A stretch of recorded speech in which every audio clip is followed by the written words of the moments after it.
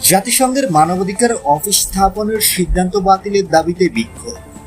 বাংলাদেশে জাতিসংঘের মানবাধিকার অফিস স্থাপনের সিদ্ধান্ত বাতিলের দাবিতে বিক্ষোভ ও মিছিল সমাবেশ করেছে জমিয়াতে উলামায়ে ইসলাম। শুক্রবার সিলেটের কোর্ট পয়েন্টে সমাবেশে মিলিত হন নেতারা। এর আগে একটি সমাবেশ মিলিত হন দলটির নেতারা। এতে বক্তারা বলেন, দেশের সার্বভৌমত্বের বিরুদ্ধে রাজনৈতিক দল ও গণমানুষের সিদ্ধান্তকে উপেক্ষা করে অন্তর্বর্তীকালীন সরকার একটি দুঃসাহসিক দেশবিরোধী চক্রান্তে মেতে উঠেছে। জাতি কখনো এমনটা আশা করেনি। মানবাধিকার অফিসের নামে দেশবিরোধী চক্রান্ত খুবই উদ্বেগজনক।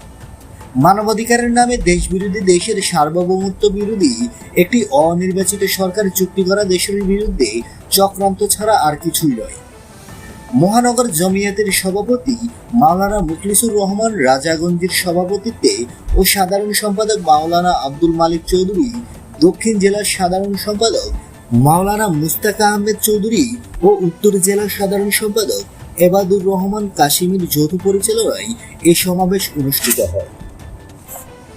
বন্ধুরা, নিত্য নতুন এক্সক্লুসিভ খবরাখবর সবার আগে পেতে আমাদের ইউটিউব চ্যানেলটি সাবস্ক্রাইব করে পাশে থাকা বেল আইকনটি অন করে দেওয়ার অনুরোধ রইল।